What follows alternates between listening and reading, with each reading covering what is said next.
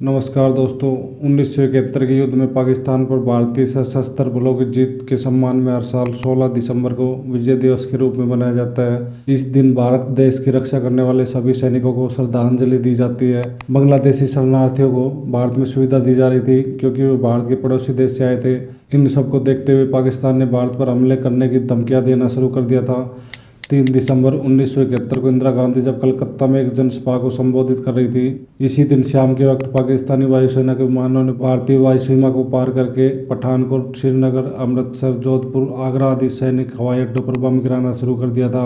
इंदिरा गांधी ने उसी वक्त दिल्ली लौटकर मंत्रिमंडल की आपात बैठक की। उस वक्त जनरल सैम मानेकशॉ भारतीय सेना के प्रमुख थे। सैम मानेकशॉ ने सियासी दबाव में झुके बिना प्रधानमंत्री इंदिरा गांधी से स्पष्ट कह दिया कि वे पूरी तैयारी के साथ युद्ध के मैदान में उतरना चाहते हैं। पाकिस्तान के पास ढाका की रक्षा के लिए अब भी 26,400 सैनिक थे, जबकि भारत के सिर्फ 3,000 सैनिक ढाका की सीमा से 30 किलोमीटर दूर थे। लेकिन युद्ध में पाकिस्तानियों का मनोबल गिरता चला जा रहा था। यह युद्ध शुरू हुआ और महज 13 दिनों में भारतीय जाबांजों ने पाकिस्तान को खदेड़ दिया था। इस युद्ध में भारतीय सेना ने पाकिस्तानी सेना को हरा दिया था। इस दौरान भारत ने करीब 1 लाख युद्ध के कैदी पकड़े थे और इस प्रकार 16 दिसंबर 1971 को बांग्लादेश का एक नए राष्ट्र के रूप में जन्म हुआ था और पूर्वी पाकिस्तान से आजाद हो गया था। इंदिरा गांधी संसद भवन में अपने दफ्तर में एक टीवी इंटरव्यू दे रही थी। तभी जनरल सैम मानेकशॉ ने उन्हें बांग्लादेश में मिली शानदार जीत की खबर दी। इंदिरा गांधी ने लोकसभा में शोर शराबे के बीच घोषणा की कि युद्ध में भारत को विजय मिली है। इंदिरा गांधी के बयान के बाद पूरा सदन जश्न में डूब गया था। इस युद्ध की सफलता का श्रेय पूरी तरह से इंदिरा गांधी, भारतीय सेना और बांग्लादेश की मुक्ति वाहिनी को जाता है। अमेरिका और चीन द्वारा भारी दबाव में भी इंदिरा गांधी जरा भी नहीं डरी और पाकिस्तान के 2 टुकड़े कर दिए। इस अदम्य संकल्प और साहस को देखकर दुनिया भर ने इंदिरा गांधी को आयरन लेडी का खिताब दिया था। तत्कालीन नेता प्रतिपक्ष अटल बिहारी वाजपेयी ने इंदिरा को दुर्गा की संज्ञा देते हुए उनका सम्मान भी किया था।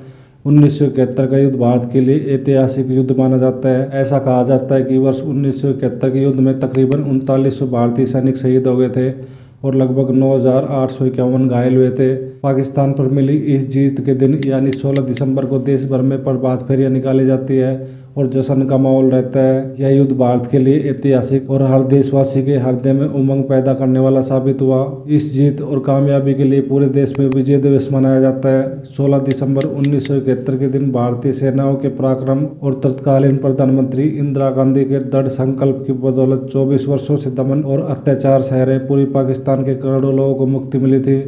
भारत पाकिस्तान के बीच 13 दिन के भयानक युद्ध के बाद बांग्लादेश के रूप में विश्व मानचित्र पर नए देश का उदय हुआ था। अंग्रेजों द्वारा जातीय आधार पर किए गए बंटवारे के आधार पर बंगाल का एक बड़ा हिस्सा 24 वर्षों से पूरी पाकिस्तान के नाम से पाकिस्तान के शोषण और अत्याचारों को सह रहा था। बांग्लादेश में आज़ादी की लहर शुरू हुई 1970 के आम चुनाव से, जिसमें पूरी पाकिस्तान की अवामी लीग ने कुल 169 सीटों में से 167 सीटें जीतकर बहुमत हासिल कर लिया। अवामी लीग के नेता शेख मुजीबुर रहमान ने पाकिस्तान का राष्ट्रपति बनने और सरकार बनाने का दावा किया। इसके तुरंत बाद पाकिस्तान पीपुल्स पार्टी के जुल्फिकार अली भुट्टो ने मुजीबुर रहमान का दावा खारिज करते हुए राष्ट्रपति याह खान से पूरी पाकिस्तान में सैन्य शासन लागू करने की सिफारिश की। पश्चिम पाकिस्तानियों द्वारा पूरी पाकिस्तान में अपने प्रभुत्व को कायम रखने के लिए और वहां फैल रहे असंतोष को दबाने के लिए कठोर सैन्य कार्रवाई शुरू कर दी। 25 मार्च 1971 को अवामी लीग को भंग कर शेख मुजीबुर रहमान को गिरफ्तार कर पश्चिमी पाकिस्तान ले जाया गया। पूरी पाकिस्तानी सेना के एक मेजर जियाउर रहमान ने मुजीबुर रहमान की ओर से बांग्लादेश की स्वतंत्रता की घोषणा कर दी।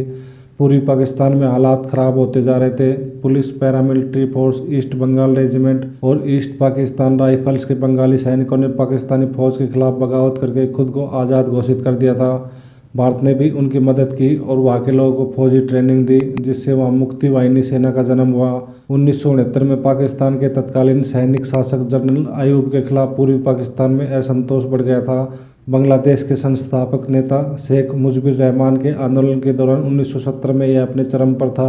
यही से पूर्वी और पश्चिमी पाकिस्तान के बीच दिक्कतें शुरू हो गई थी। कई सालों के संघर्ष और पाकिस्तान की सेना के अत्याचार के विरोध में पूर्वी पाकिस्तान के लोग सड़कों पर उतर आए थे। बांग्लादेशी लोगों के साथ मारपीट, शोषण, महिलाओं के साथ बलात्कार और खून खराबा लगातार बढ़ रहा था। पश्चिमी पाकिस्तान की सैन्य कार्रवाई में बेहताशा कत्लेआम हुआ।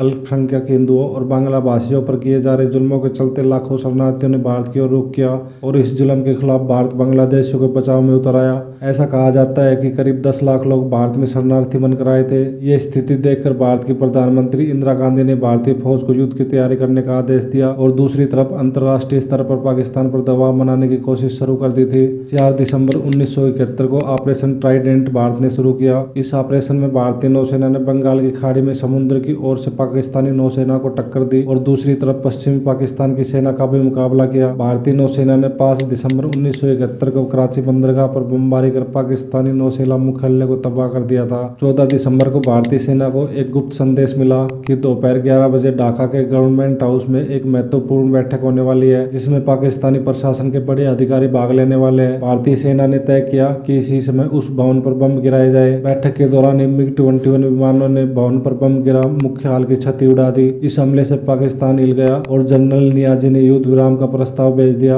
गवर्नर मलिक ने लगभग कांपते हाथों से अपना इस्तीफा लिखा। परिणाम स्वरूप 16 दिसंबर 1971 को दोपहर के तकरीबन 2:30 बजे सरेंडर की प्रक्रिया शुरू हुई और पाकिस्तानी सेना के प्रमुख जनरल अमीर अब्दुल्ला खान नियाजी ने 93,000 पाकिस्तानी सैनिकों के साथ भारतीय सेना और बांग्लादेश की मुक्ति वाहिनी की संयुक्त सेना के सामने आत्मसमर्पण कर दिया। शाम के 4:30 बजे जनरल अरोड़ा हेलीकॉप्टर से ढाका हवाई अड्डे पर उतरे। अरोड़ा और नियाजी एक मेज पर सामने बैठे और दोनों ने आत्मसमर्पण के दस्तावेज पर हस्ताक्षर किए।